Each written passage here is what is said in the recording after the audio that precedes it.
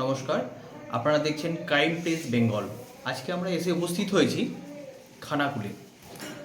খানাকুলের মাননীয় বিধায়ক সুশান্ত ঘোষ মহাশয়ের কাছে।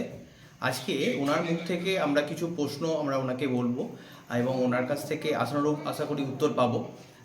তো আমার ক্যামেরা পার্সনকে দেখাতে বলবো স্যারকে। স্যার, আজকে আমরা এসেছিলাম যে বর্তমানে যে বাজেট অধিবেশন পশ্চিমবঙ্গ সরকার করেছে, তো স্যার এই বাজেট নিয়ে স্যার আপনি কি মন্তব্য করবেন? দেখুন, পশ্চিমবঙ্গ সরকার প্রতি বছর যে বাজেট পেশ করে সেখানে আমরা অধিকাংশ সময়ই দেখতে পাই অধিকাংশ ফলস বাজেট এখানে পেশ করা হয়। দেখুন, ফুলিয়ে ফাঁপিয়ে বেলুনকে যেরকম ফোলানো হয় সেরকমভাবেই কিন্তু এই রাজ্যের বাজেটকেও এরকমভাবে ফোলানো হয়। বাস্তবে দেখা যায় যে অধিকাংশ ক্ষেত্রেই যে বরাদ্দ করা হয়েছে সেই বরাদ্দ অনুসারে কাজ হয়নি।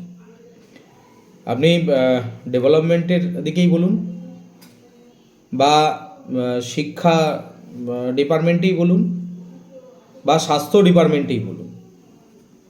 আমরা গত বছরও বাজেট দেখেছিলাম, সেখানে স্বাস্থ্য ডিপার্টমেন্টে কোটি কোটি টাকা বরাদ্দ করা হয়েছে, কিন্তু পশ্চিমবঙ্গের স্বাস্থ্য ব্যবস্থার হাল কী?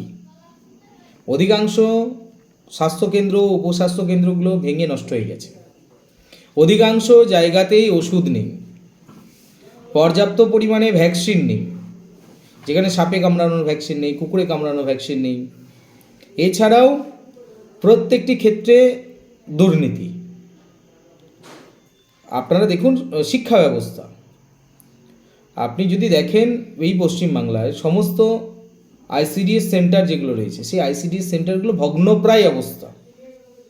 অধিকাংশ আইসিডিএস সেন্টার কোনো রকমে চলছে, কোথাও বা গাছের তলায় চলছে, কোথাও আপনি দেখতে পাবেন সেখানে বসার ছাত্রছাত্রীদের বসার জন্য ব্যবস্থা নেই, পর্যাপ্ত শৌচালয় নেই, অধিকাংশ জায়গাতেই পানীয় জলের ব্যবস্থা নেই। তাহলে এই স্বাস্থ্য ক্ষেত্র যেরকম একই রকম অবস্থা, ঠিক একই রকমভাবে শিক্ষাক্ষেত্র এরকম অবস্থা। সরকারি কর্মীদের মাত্র 4% দিয়ে বাড়ল, এ সম্পর্কে কি বলবেন? দেখুন, কেন্দ্রীয় সরকার যে মহার্ঘ ভাতা দেয় সেটা কেন রাজ্যের ক্ষেত্রে এত বঞ্চিত হবে সরকারি যারা চাকরিজীবী রয়েছে? এটা নিয়ে আন্দোলন হয়েছে, দীর্ঘ আন্দোলন করেছে, কিন্তু মমতা ব্যানার্জি মেলা খেলা উৎসবে টাকা খরচা করে দেয়, কিন্তু যারা এই সরকারের কর্মচারী তাদের মহার্ঘ ভাতা দেওয়া হচ্ছে না। তাদের পরিমাণ কোথায় কোথায় গিয়ে ঠেকছে? কেন তাদের মহার্ঘ ভাতা 4% বাড়ানো হলো? কেন তারা তাদের প্রাপ্য মহার্ঘ ভাতা পাবে না? এর জবাব পশ্চিমবঙ্গ সরকারকে দিতে হবে। বর্তমান শিক্ষা নিয়ে কি বলবেন? দেখুন, শিক্ষাক্ষেত্রে সবথেকে বড় দুর্ভোগ এই পশ্চিমবাংলায় চলছে, যেখানে 3254টি স্কুল পশ্চিমবাংলায় বন্ধের মুখে। সেই স্কুলে না স্কুলের পরিকাঠামো আছে, না স্কুলে শিক্ষক আছে। আমরা বর্তমান বাজেটে দেখতে পাচ্ছি প্রায় 550 নতুন এখানে মাদ্রাসা খোলা হচ্ছে, সেখানে প্রায় পশ্চিমবঙ্গ সরকারের বরাদ্দ 5,500 কোটি টাকা। কেন এই দিশাহীন বাজেট? কেন? এর জন্য তো পশ্চিমবঙ্গের ছাত্রছাত্রীরা তারা আজকে বঞ্চিত হচ্ছে। প্রায় 3,500-এর কাছে স্কুল বন্ধ, বন্ধের মুখে অধিকাংশ স্কুল। অনেক স্কুল বন্ধ হয়ে গেছে, অনেক স্কুল বন্ধের মুখে। কোথাও একটা টিচার রয়েছে, কোথাও দুটো রয়েছে, কোথাও বা নেই। আমাদের এই খানাকুলে অনেক শিশু শিক্ষা কেন্দ্র বন্ধ হয়ে গিয়েছে শিক্ষকের অভাবে, শিক্ষক নিয়োগ করতে পারছে না। স্বাস্থ্যক্ষেত্রে মানুষ পরিষেবা পাচ্ছে না। শিক্ষা স্বাস্থ্যই তো প্রধান দুটো বিষয়। তার সঙ্গে সঙ্গে সবথেকে বড় বিষয় হচ্ছে পরিকাঠামোগত উন্নয়ন, গ্রাম বাংলার উন্নয়ন। কোথায় হচ্ছে? গ্রাম বাংলার উন্নয়ন স্তব্ধ হয়ে গিয়েছে। সেন্ট্রাল গভর্নমেন্টের 15th ফিনান্স কমিশন ছাড়া স্টেট গভর্নমেন্টের ফান্ড কোথায়? পঞ্চায়েতগুলো তো পাচ্ছেই না। পঞ্চায়েত সমিতি, জেলা পরিষদ কোথায়? ফান্ড কই?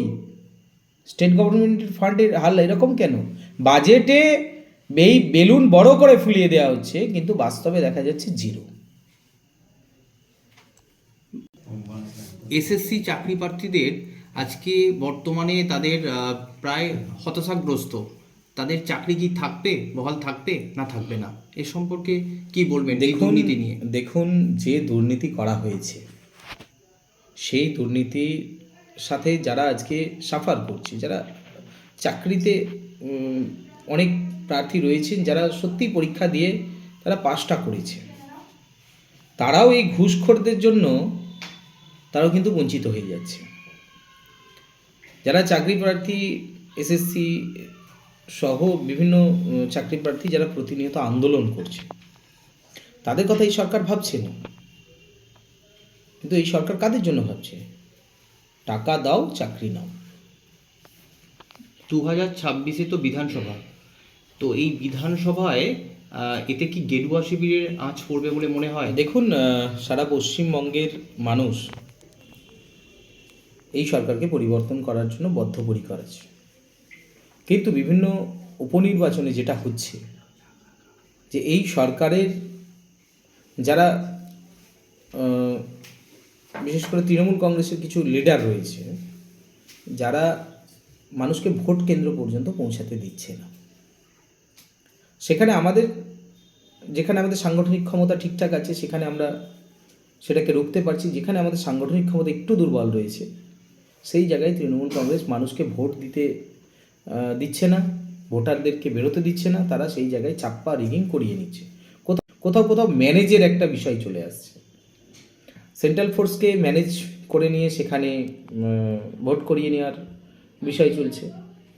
তো আমরা আশাবাদী আছি 2026 সালে এই সরকারের পতন হবে, পশ্চিমবঙ্গে নতুন সূর্যের উদয় হবে। 2026-এর জন্য কতটা সংগঠন আপনাদের শক্ত হচ্ছে? দেখুন, আমাদের সাংগঠনিক পরিকাঠামো বা সাংগঠনিক পরিবর্তন প্রক্রিয়া শুরু হয়েছে, সেখানে সংগঠনের রদবদল হচ্ছে।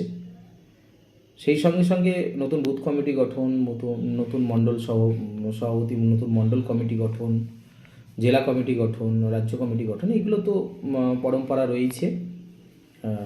তো সাংগঠনিকভাবে আমরা স্ট্রং আছি, আগামী লড়াইয়ের জন্য আমরা সম্পূর্ণরূপে প্রস্তুত আছি। ভোট যখনই হবে রেজাল্ট কিন্তু ভারতীয় জনতা পার্টির পক্ষেই হবে। কুম্ভ মেলা যে অনুষ্ঠিত হচ্ছে প্রয়াগরাজে, সেখানে কি আপনি গেছেন কুম্ভ মেলায়? না, এখনো পর্যন্ত আমার যাওয়া হয়নি, সামনের সপ্তাহে আমি যাব সেরকম পরিকল্পনা গ্রহণ করেছি। আমার পরিবার তারাও যাবে, সেই সঙ্গে আমাদের অনেক কার্যকর্তা এখান থেকে যাবে। অলরেডি আমার এখান থেকে কয়েক হাজার মানুষ তারা কিন্তু কুম্ভ মেলায় গিয়েছে।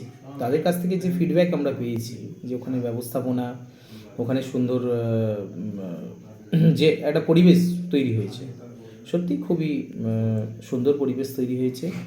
মাননীয় যোগীজি সম্পূর্ণভাবে বিষয়টা দেখছেন, মাননীয় প্রধানমন্ত্রীজি সম্পূর্ণ বিষয়টার উপরে লক্ষ্য রাখছেন। সেই সঙ্গে একটা দুর্ঘটনা ঘটেছিল, এই দুর্ঘটনাটা এটা ঘটেছে খুবই দুঃখজনক ঘটনা। আর আমরা জানি যে ওখানে প্রতিদিন যেভাবে লক্ষ লক্ষ মানুষের ভিড় হচ্ছে,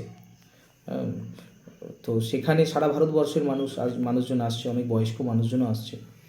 তো সেক্ষেত্রে ঠেলাঠেলি বা এরকম পরিস্থিতি তৈরি হয়েছিল। তো যাক, যেটা পরিস্থিতি তৈরি হয়েছিল সেটা খুবই দুঃখজনক ঘটনা। তার পরিপ্রেক্ষিতে ওখানকার সরকার, যোগীজি সরকার কঠোর পদক্ষেপ নিয়েছেন, আমরা দেখতে পাচ্ছি। এখন মানুষ কিন্তু নির্বিঘ্নে নিশ্চিন্তে কুম্ভ মেলায় যাচ্ছে। তারা ওখানে যে ত্রিবেণী সঙ্গম আছে সেখানে তারা স্নান করছেন। সেই সঙ্গে খুবই আনন্দের বিষয় যে আরও কয়েকদিন মেলাটা চলবে, সেখানে আমরাও অংশগ্রহণ করব। বিধায়ক মহাশয় অর্থাৎ সুশান্ত ঘোষ মহাশয়ের কাছ থেকে ওনার মতামত আমরা নিলাম ক্রাইম পেসের পক্ষ থেকে। ওনাকে অসংখ্য ধন্যবাদ, এবং ওনার ভবিষ্যৎ যে সমস্ত পরিকল্পনাগুলো আছে ওনার সমস্ত কর্মসূচিতে আমরা দেখাবো আমাদের ক্রাইম প্রেসের পর্দায়। আপনারা দেখতে থাকুন আমাদের ক্রাইম প্রেস বেঙ্গল।